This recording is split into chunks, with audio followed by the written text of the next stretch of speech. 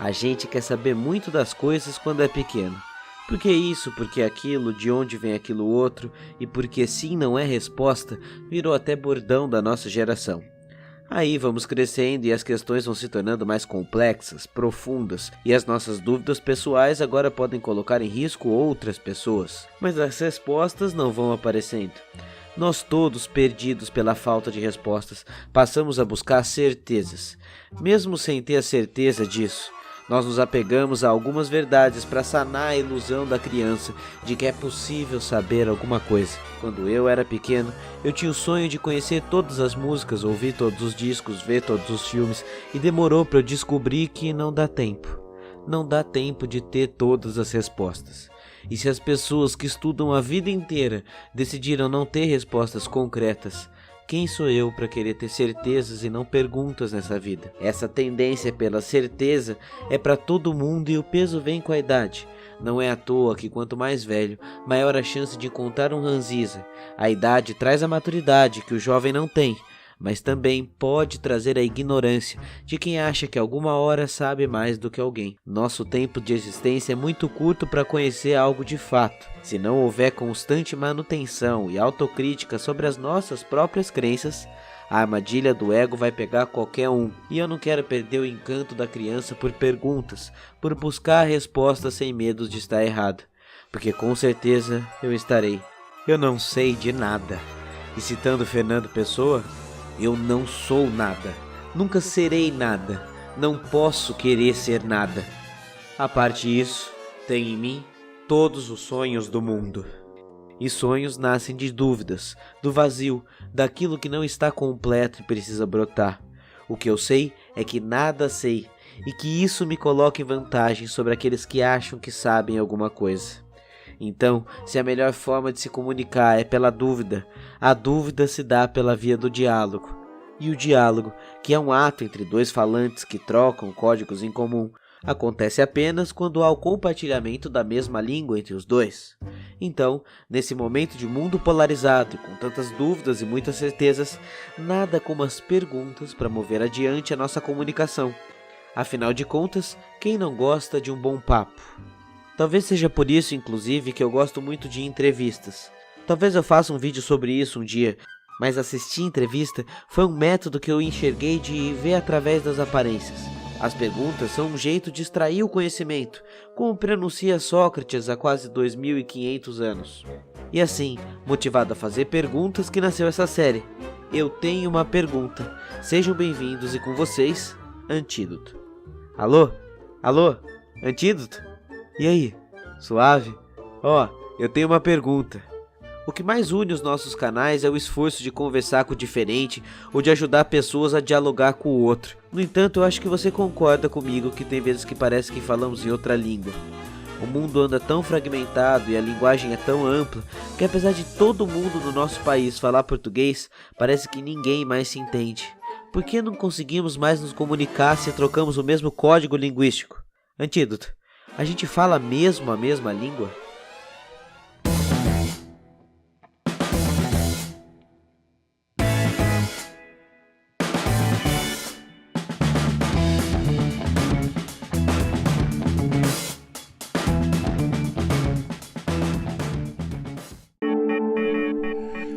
Cara, a gente fala mais ou menos a mesma língua. A gente tem uma estrutura linguística parecida e usa algumas palavras em comum. Agora, o que essas palavras significam, aí pode mudar bastante de caso para caso. No fim das contas, o que determina o significado de uma palavra é o uso. E as pessoas usam as palavras de formas diferentes, em lugares diferentes e com contextos diferentes. Então a língua mudar, a língua se transformar e a dificuldade de comunicação crescer é uma consequência natural do distanciamento entre as pessoas.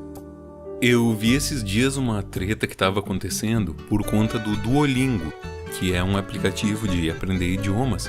Aí tem as opções de idiomas e do lado da língua portuguesa tinha uma bandeirinha do Brasil. E um monte de portugueses ficaram ofendidíssimos com isso. E começaram a fazer até comentários meio xenófobos e tudo mais.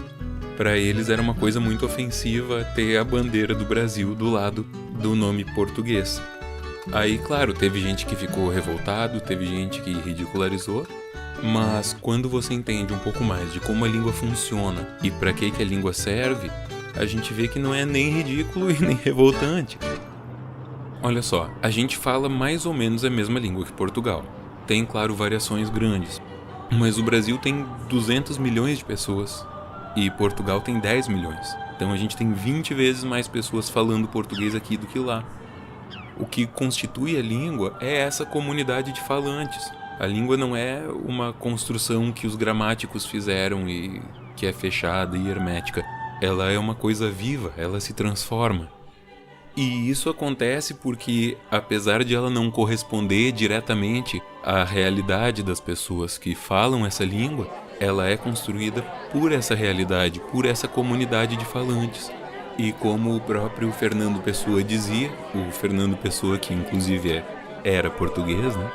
A minha pátria é a língua portuguesa. Quer dizer, igualando aí, ou aproximando significativamente a noção de comunidade falante de uma língua com a noção de pátria, de pertencimento, né? Além disso, os portugueses consomem muito a cultura brasileira, muito mais do que a gente consome a cultura deles. E muita gente que quer aprender o português quer aprender a língua para conhecer a cultura brasileira ou conhecer o Brasil. Mas a língua, claro, ela tem uma história. E pensando na história, talvez faça sentido que a gente coloque do lado da palavra português a bandeira de Portugal. Afinal, a língua foi inventada por lá, não é verdade? Mas também não é bem assim. Bom, como eu já disse, a língua é uma construção coletiva e viva que se transforma com o tempo. Os portugueses não inventaram a língua em um vácuo. Ela surgiu do uso de várias línguas misturadas. Nenhuma delas falada de uma maneira completamente perfeita e correta, porque se você falar a língua de uma maneira perfeitamente correta, ela nunca vai mudar e se transformar em outra língua. Então a maior parte da língua portuguesa vem do latim, e é por isso que o Olavo Bilac chama a língua portuguesa de última flor do Lácio, porque a língua portuguesa foi a última grande língua a surgir a partir do latim. A língua que os navegadores trouxeram para cá no século XVI era completamente diferente do português que a gente fala hoje, tanto no Brasil quanto em Portugal. Então, se a gente for chamar de português a língua que os brasileiros falam hoje em dia no Brasil, também faria sentido que a gente chamasse de latim a língua que os navegadores portugueses trouxeram para cá. Nesse caso, o português deveria ser representado com uma bandeira da Itália? Não, né?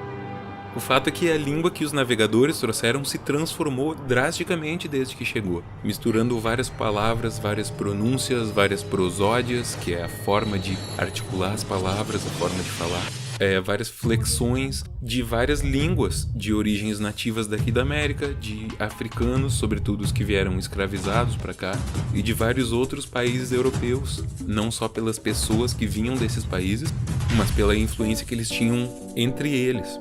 Então é muito comum hoje a gente misturar várias palavras em inglês, spoiler, delivery.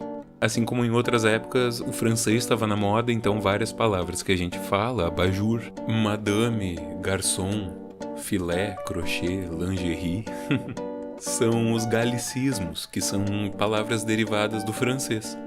Assim como também tem palavras derivadas do árabe, arroz, sofá, açúcar, azulejo. É bom também a gente lembrar que a tecnologia que mais contribuiu para que as línguas fossem unificadas foi a imprensa, do Gutenberg. Porque antes disso, a língua era muito mais regionalizada e se falava as línguas e se escrevia as línguas de formas bem diferentes entre um lugar e outro. Isso ainda existe de certa forma, os regionalismos estão aí, mas existe em uma escala menor. Na época que os portugueses vieram, o reino de Portugal tinha sido unificado há muito pouco tempo e a imprensa ainda não era muito bem difundida por Portugal, então tinha muitos regionalismos, era uma língua muito frágil nesse sentido. Ou seja, os portugueses chegaram aqui trazendo uma língua pouco homogênea, de um país que não tinha sido unificado até pouco antes de eles virem para cá. Aí eles chegaram, cometeram genocídio, exploraram nossos recursos, nos forçaram a falar aquela língua complexa e frágil, e hoje tem 20 vezes mais gente falando essa língua aqui do que lá em Portugal. Mas a prosódia é totalmente diferente e a maior parte do vocabulário vem de outras origens que não Portugal. Então, pensando historicamente, talvez os portugueses nem devessem querer que a gente usasse o nome português para essa língua e botasse a bandeira deles do lado.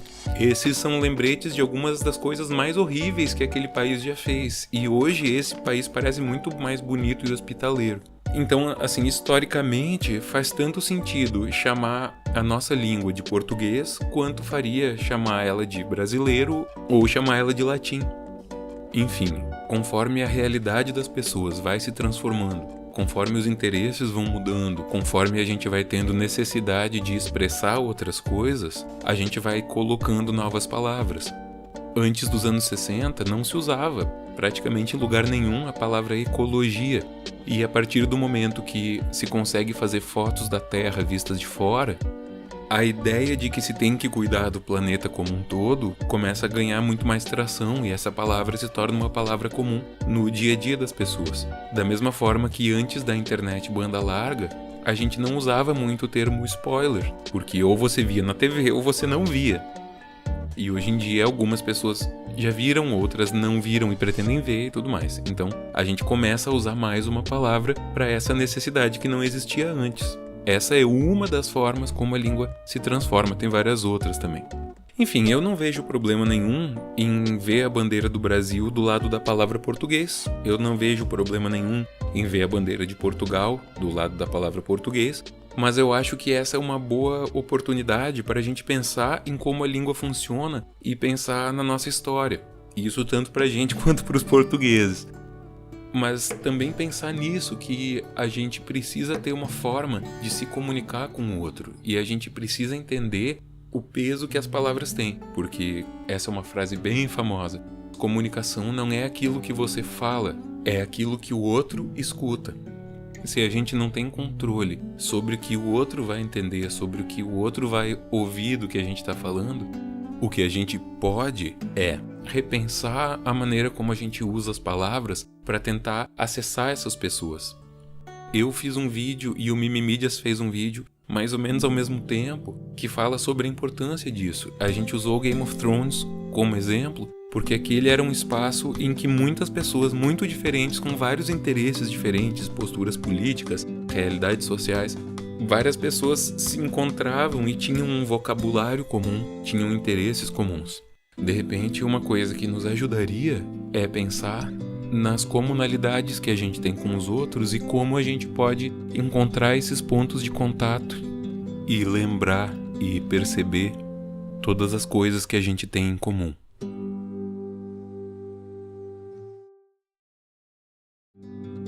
E aí, suave? O Antídoto é um cara de ideias maravilhosas, não é mesmo? Por isso, não deixe de passar no canal dele depois. Esse cara é realmente muito importante pra mim aqui no YouTube. Os links vão estar por aqui. E ó, essa série, além da colaboração dos amigos produtores que vão vir aí pela frente, só aconteceu por causa do Catarse e dos companheiros de financiamento coletivo que estão proporcionando tanta coisa e tanta mudança nesse canal. Se você puder ser um deles, clica aqui e dá uma olhada nisso depois. Se não, dá like, sininho, inscrição. Continua pelo canal, porque no domingo tem live com o próximo convidado. Só que o horário vai ser um pouquinho diferente, às 11 horas da manhã, tá ok? Então fica suave, é isso e até mais.